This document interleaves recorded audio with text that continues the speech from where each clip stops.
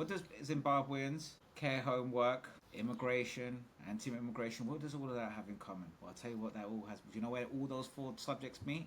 In the Where? video I'm about to show you now. Okie Go dokie. straight into it, sir. All right. This is a Zimbabwean man that's calling in to talk about his experience of how he got into the UK Okay. All right. and how, how things have worked out for him. Okay? Okay. Remember, Right. this is the perspective of an immigrant. Yep. What's happened in the UK is Keir Starmer, the Prime Minister, has done a talk that has been very, very anti-immigration, almost like Yeah. insulting towards migrants. Back of the was it 1970s or early 80s? I can't remember the guy's name now. Who they said he actually nicked a part of the speech from. Exactly, right. But the point is, it's been an anti-immigration speech, okay? And this is now the aftermath of all of that. And we've got an immigrant, right? So they've Right. let an immigrant come on board that's kind of settled into the UK, and Okay. you think he's about to really give us a story that's going to help champion. Yeah, it's going to be heartwarming, isn't it? It's going to be heartwarming. Okay, let's go. I think it has come at the right time. Obviously, I'm one of the beneficiaries. I came from Zimbabwe, and I'll tell you first of all to give you a bit of background. In the 90s, I'm from a family of 15. My dad married two wives, and in my family, same mother, we are 8. Wow. It was incredibly hard Yeah. for me to migrate to the United States. Obviously, you know how difficult things have been in Zimbabwe. So just to be clear, he gave the United States a go first. He did, yes, he did. Yeah. As Zimbabweans are traveling to every part of the world in search of a better life. I have a certificate in business administration, which I studied in Zimbabwe for 6 months only to get this. And when I saw an opportunity to come to the United Kingdom after being denied to enter the United States 4 times, this Right. was a fantastic opportunity. I will tell you what, on my street where I was living in Harare, around the 2000, I think I'll say 2001, I only knew one person who lived in the United Kingdom and working here. Mm-hmm. But I'll tell you, after coming here, my mom was here last year, and she was telling me she now knows at least about 20 people on her street who are in the United Oh, Kingdom. really? Okay, all right. Okay. I don't know what the I don't know what the intent of this caller is, but so far what I'm getting is, well, yeah, it's been a bonanza since the 90s. It has. Everyone on my street, 20 of us have been able to come to the UK. Now But remember, don't- this is post the immigration thing, whatever. Yeah, yeah. I'm kind of waiting for the punch. He's a beneficiary of the immigration system, right? So Yeah. I'm kind of waiting for the moment where he explains why we should continue to let people in and and champion the fact that we're a diverse community that draws on different talent pools across the world. Yeah, no, I completely agree. And I just remembered who that was that Starmer sort of copied part of this. It was Enoch Powell, very, very well known for being for not left. So it has been a fantastic opportunity, and I work in the city now. I came in as a care worker, and I stopped working in care, and Did you hear his Yeah, gutted. Did you hear that? Okay. Yeah, he was. Here we go. Because he was obviously hoping for a heartwarming story as well, and up to care worker, it was all going his way. It was all going the right way. All right. Okay. Yeah. I've managed to get a job for myself in the bank. Wow. I see, Jamie. So you arrived on a care visa Yes, to do some work in a care home, or? in a care home. We all are very ambitious people. As Zimbabweans, we are very ambitious. We are always looking for opportunities. And Listen, when I came here, I get it. And of course, Yeah. you see there's a life that you can build for yourself here. But I'm just interested in the route that then got you from the care home to the bank, as it were. And that's Yeah. because the employers sponsored you for a new work visa or a different type of visa to keep you here on that one. when I got here, I actually found a Zimbabwean girl who I got married to, and that then gave me an opportunity to go elsewhere and look for a better job. And I'll tell you what, I'm not the only one. There are so many people that I know. Okay. So now he's telling on himself. Now he's saying I'm not the only one. There's so many people that are doing this. Okay. All right. Yeah, So- but why was Tom grimacing when he heard married and stuff like? You just see the grimacing on his face. Who have left care homes to go and look for other jobs in other in other sectors being paid better. So if you guys are actually thinking bringing in people from outside is going to solve your problem, you must be out of your mind. It's not going to happen. We are coming here to get jobs in different sectors and not in the care sector. We can't be doing those low-class jobs that you British people are failing to get, and then you expect us to work in those sectors. So we this are is going your in other stepping sectors stone. as well. I get. I mean, Andrew, thoughts, please. Well, so first of all, I did see an article or something on the news the other day. There are 134,000 jobs waiting to be filled in the care sector. We're going to get into that one, but Yeah. Can you just focus specifically on this guy's narrative? What are you thinking right now? Well, I'm thinking that he's found a loophole and he's taken advantage of this loophole. I mean, that's what the title says. Zimbabwe migrant explains how he manipulated the British visa system. Right. Okay? Yeah. But also, he can't be a stupid guy. I mean, it's not easy to get a job in a bank. So he's obviously an intelligent man, and he's found this loophole, and he's done the work that he's needed to do in order to stay here, and then use that time to go and find a job in a bank. Now, irrespective of who he's married to, he's found a job in a bank, which then gives him more money and probably better conditions as well. He's obviously set this up to say there's loads of us. Yeah. It is up to say, where a lot of us are going for high pay. I just don't really like his tone on the fact that he's saying the jobs that you guys don't want to do, kind of thing, right? In fact, let me just repeat that. One more time. Sectors and not in the care sector. We can't be doing those low-class jobs that you British people are failing to. Low-class jobs that you British people are failing to fill in. Yeah. This is the bit when I started to get really, really riled up.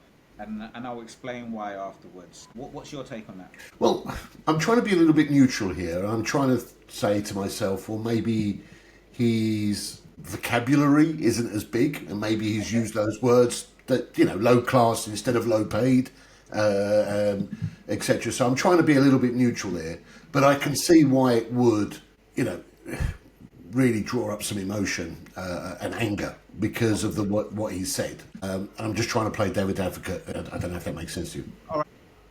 And then you expect us to work in those sectors. So we this are is going your in other stepping sectors stone. as well. I get it. So this is the stepping stone. 100%. It's much easier to get a health care and social care visa than it is to get a visa for a job at the bank.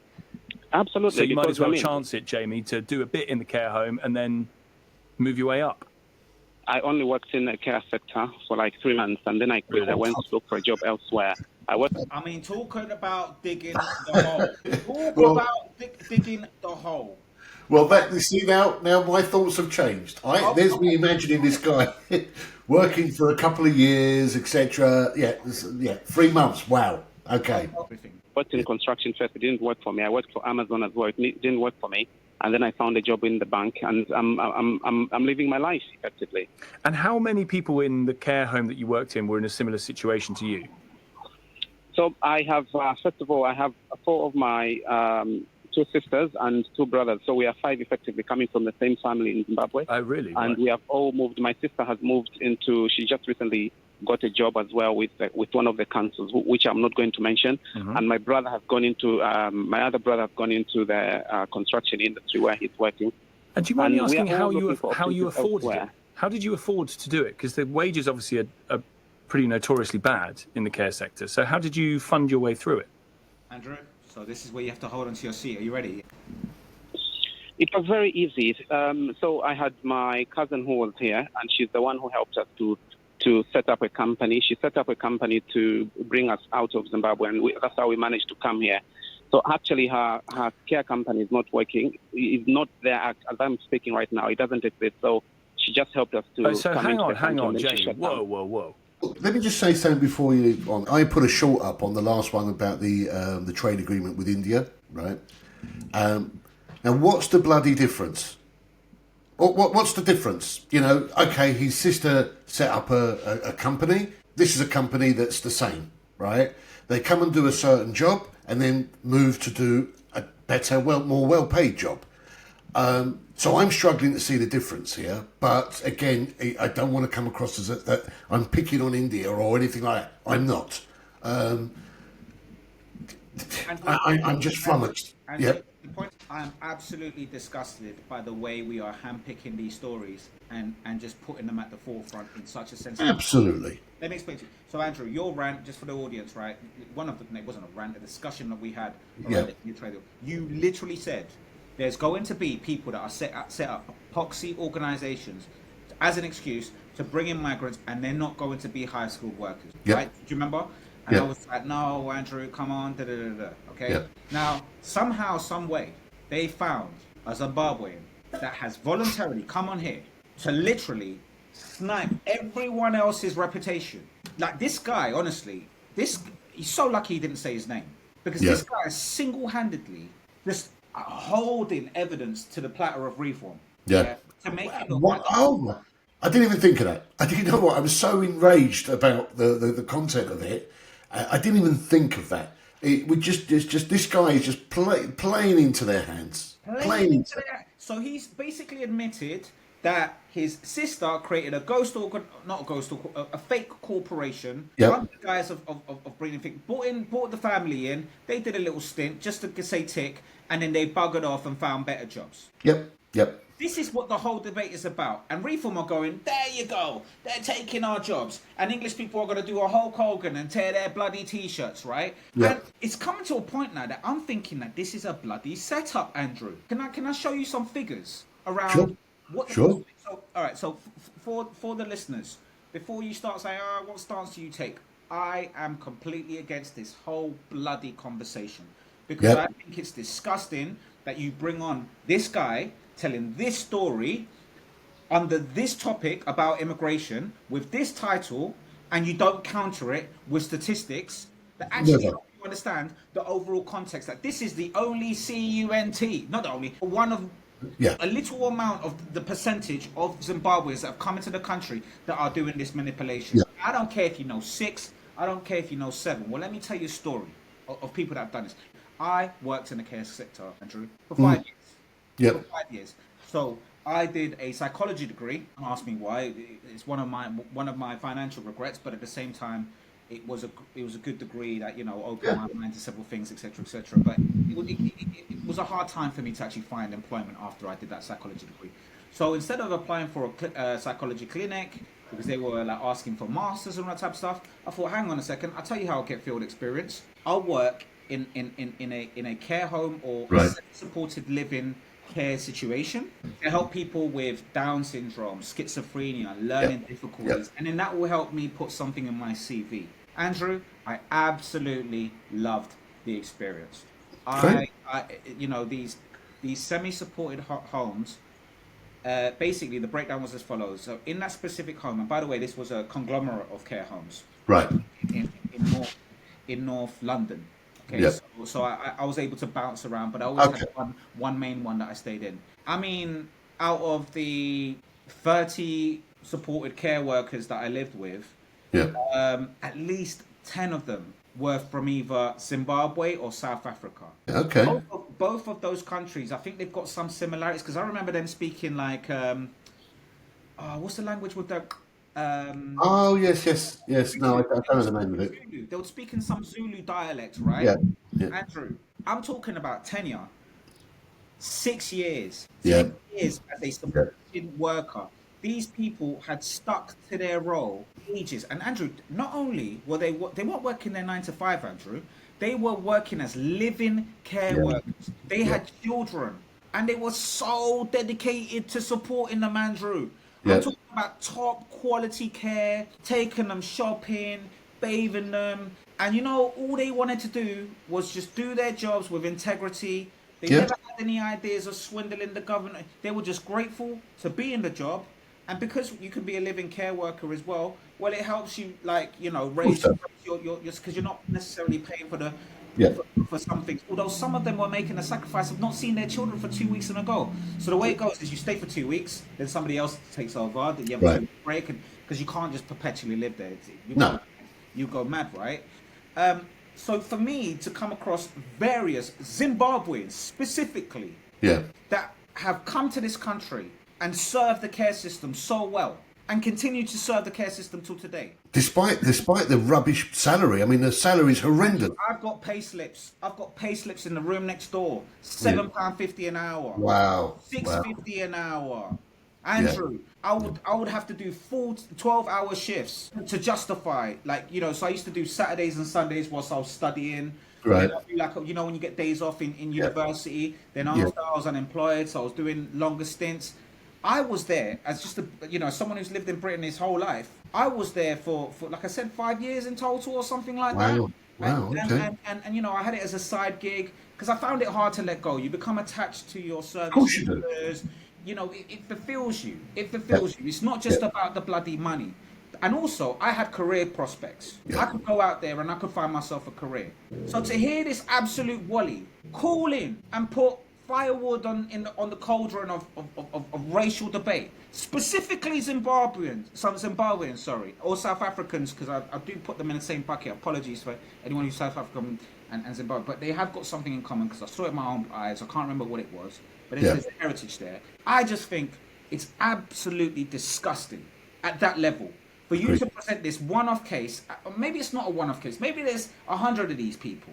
But it's just awful. So you know what, audience? Let me support this with a little bit more data. Do you want that, Andrew? Yeah, love it. I think, you know, this is what's missing from the shows like LBC, where they don't do the other side of it. I'm not perfect. I'm not perfect in you know, data analysis or whatever. But I mean, I'd rather give it a pop.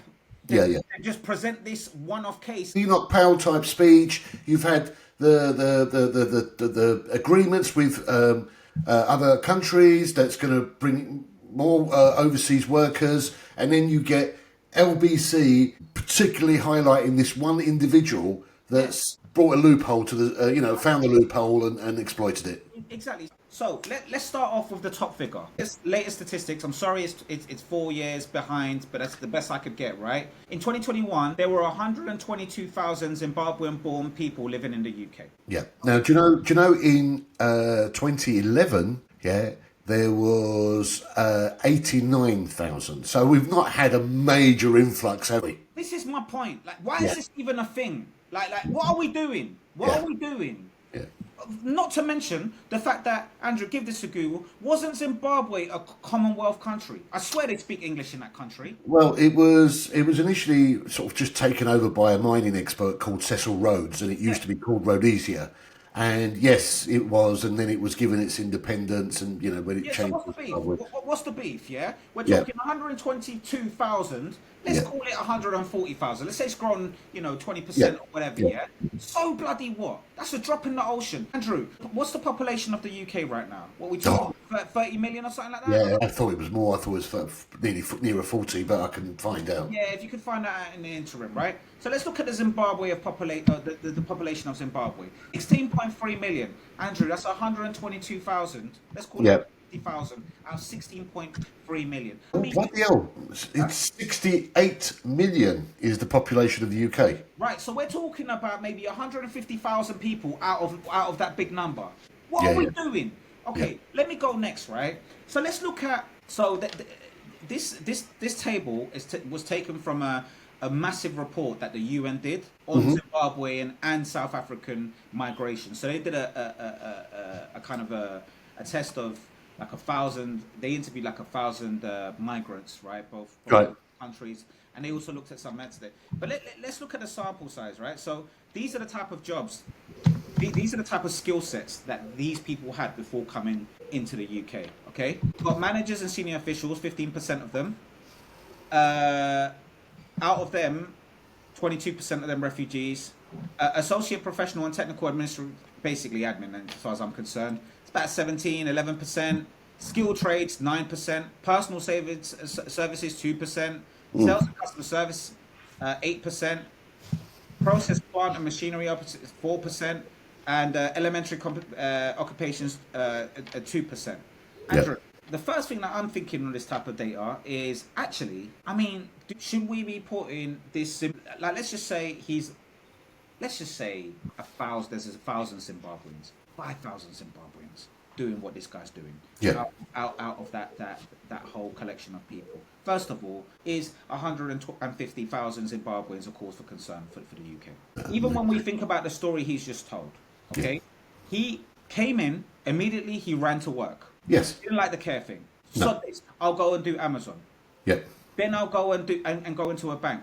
Is that a case where my guy's claiming benefits, Andrew? No, absolutely. This is my point. Is that he's working. Let's face it. And then with the table I've just shown about their backgrounds and the percentage of their backgrounds, does that come across as, oh, I don't want to work? When it comes to swindling, what irritation or hate are we trying to generate? Okay, men say, oh, you're being pro-migration. No, look, guys, honestly, I generally don't have an answer to what the immigration debate is. But what I do know is when I'm being riled up for absolutely no bloody reason or crap journalism, which is what I'm really starting to get annoyed with.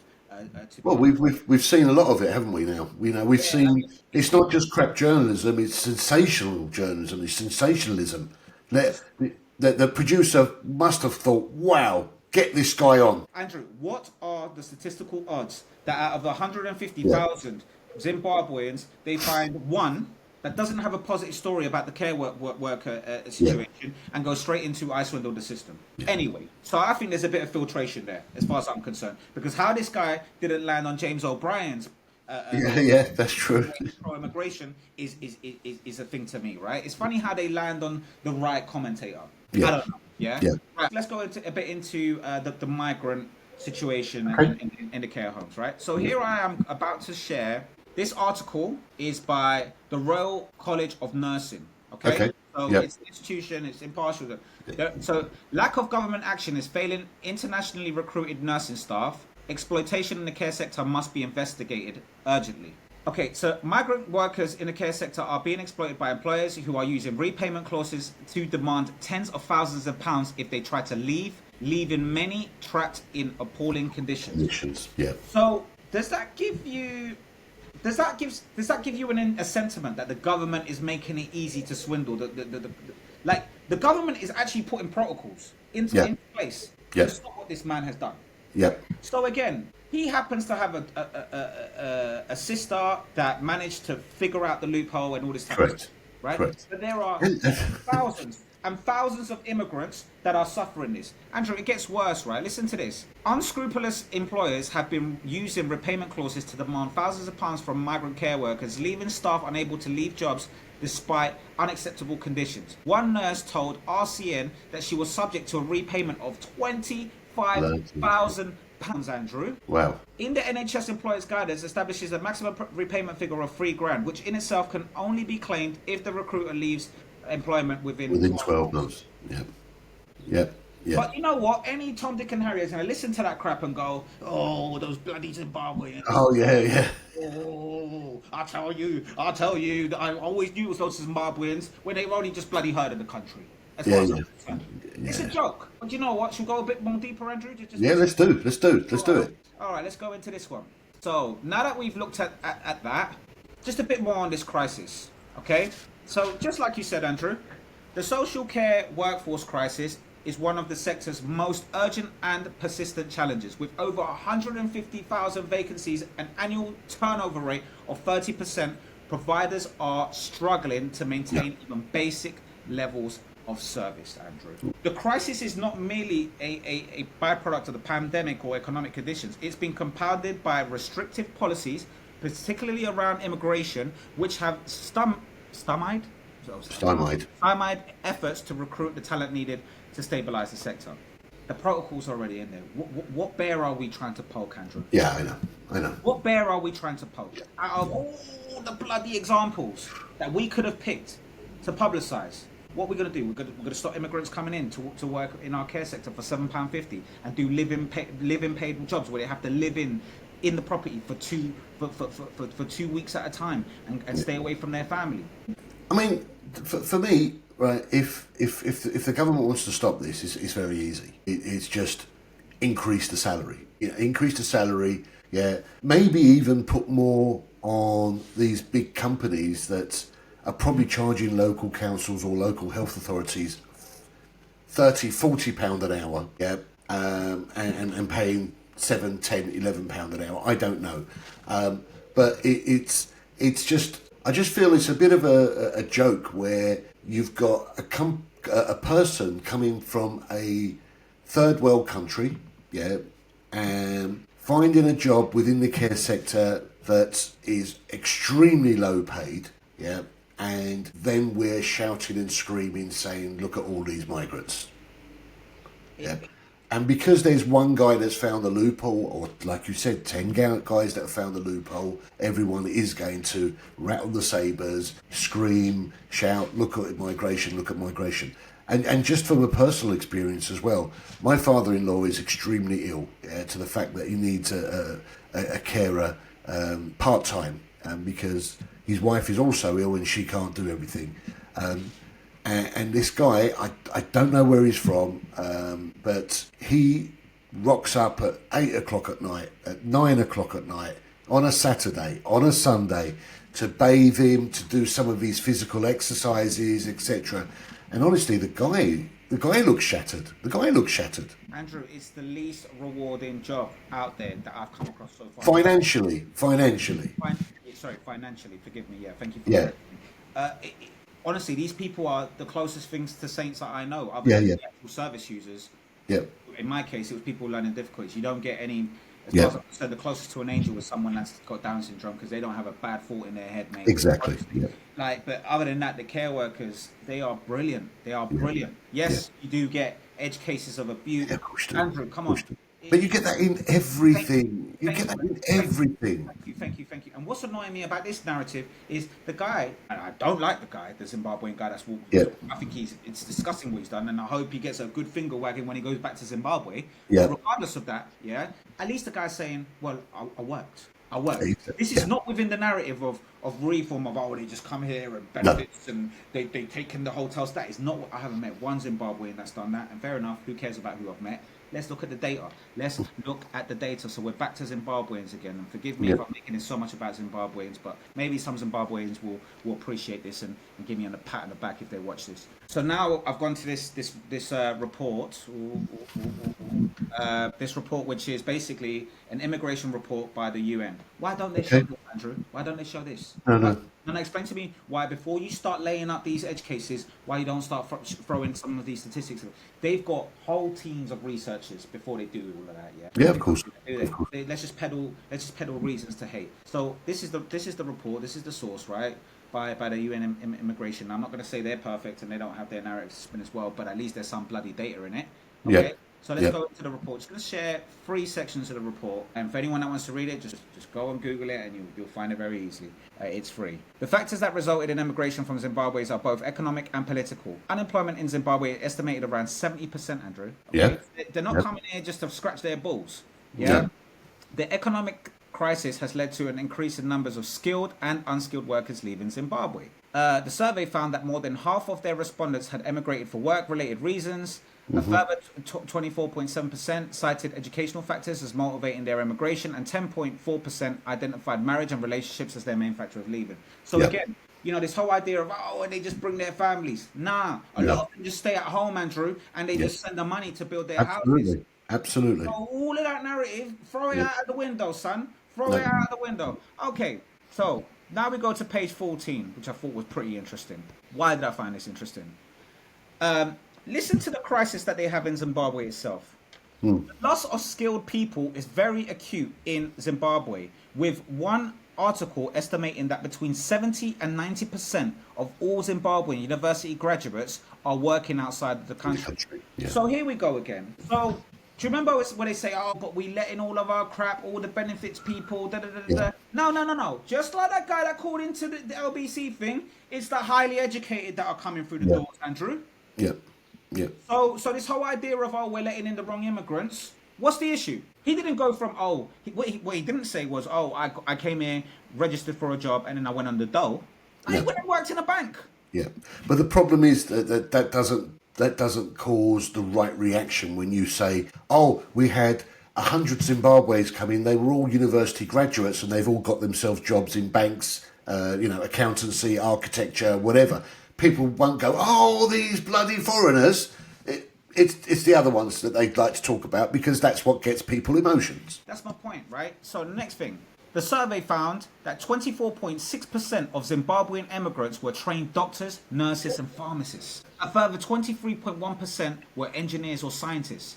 20% were teachers. Yeah. Oh my God. And just to add to that, I think there was a recent survey. I can't remember. I need to get the source, but I'll probably put it on the description of the video. We have a lack of engineers, we have a lack of nurses, we have a lack of doctors, we have a lack of pharmacists, we have a lack of dentists, and there's a whole list that goes on. And nobody says anything about the foreign nationals that come in to fill these roles. So if that figure was 150 immigrants from Netherlands, coming in to do a care work job and then doing something better, like better, quote unquote, and working in a bank, I wonder whether we'd care. I wonder if it was 150 Swedish birds, would we care? No, we wouldn't give a crap. I don't know, maybe we would, but I'm waiting for it. I'm waiting for the call that they put on there. It's like, hello, I am Professor Sweden, and I can't wait. I'm waiting. But you know what? If I scratch my balls and wait for that, I'll start drawing out blood, mate, by the time the call comes in. That's all I'm saying, right? Okay. So let's just finish this little thing and let's see the way this interviewer treats this. Yeah, absolutely. We've just watched him just interrogate, but maybe at the end he goes, "Oh yes, 150, and no, you guys are all skilled." So let's give the guy the benefit of the doubt, and then we'll go into this podcast. Is that a good idea, mate? Yeah, that's a fantastic idea. All right, thank you. All right, bloody hell.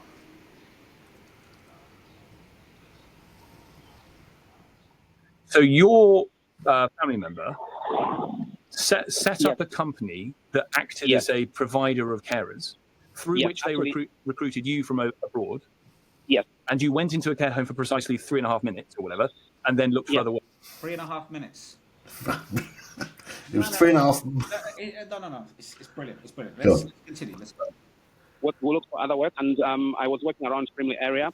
I was going in different homes, people's homes, and then that didn't really, it wasn't really the kind of work that I would really want to do.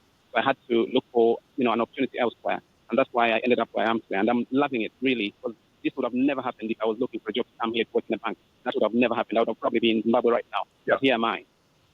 So you manipulated the system for yourself, or you feel like you used the system to its best effects for you? Absolutely, and as I'm speaking right now, I'm not the only one. There are so many people who have come in under that. Thank you so much for just single-handedly screwing things up for Zimbabwean immigrants. Or any immigrant, African immigrant. Are they paying this guy, Andrew? Yeah, I don't get it. I don't get it, man. Yeah. There we go, Andrew. There we go. Well, listen, I don't know, man. Maybe I'm picking at straws here. Maybe this is all right. Maybe this is just randomness.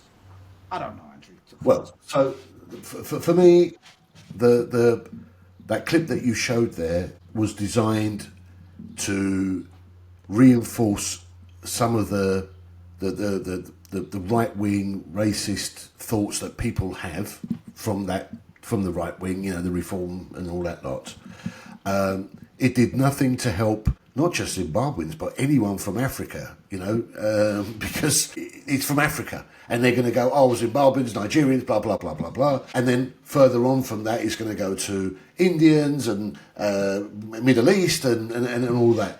And yes, he did exploit a loophole, and I don't know his motive behind doing that. Was it like, look at me, look how clever I am, and look how stupid the UK is? I don't know.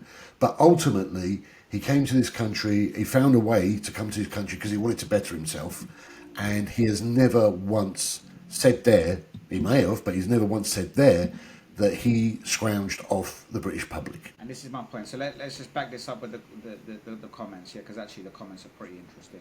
If I told Tom about this, he would have called me a liar and cut me off. Time for your government to start paying care workers decent wages. So that's you, Andrew. Absolutely. Work for Amazon, that's a big fat lie. I can say from experience that they have a thorough right to work process. How did someone on a skilled worker visa get to work there?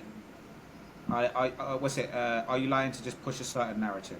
I must say I'm ashamed of the delivery of this message from my fellow Zimbabwean. There we go. See, there you go. But I guess if that's how he feels, at least he's being honest. As a Zimbabwean, I know many Zimbabweans who've been in the UK, taking advantage of care work visas who are happy to do the job. There you go. There you go. Yep. Did he incriminate himself and his cousin for immigration fraud? I'm sorry, but no Zimbabwean speaks like this. Interesting. Yeah, that is interesting. I can tell this guy used to write down noisemakers in primary school. Yeah, basically he's a snitch.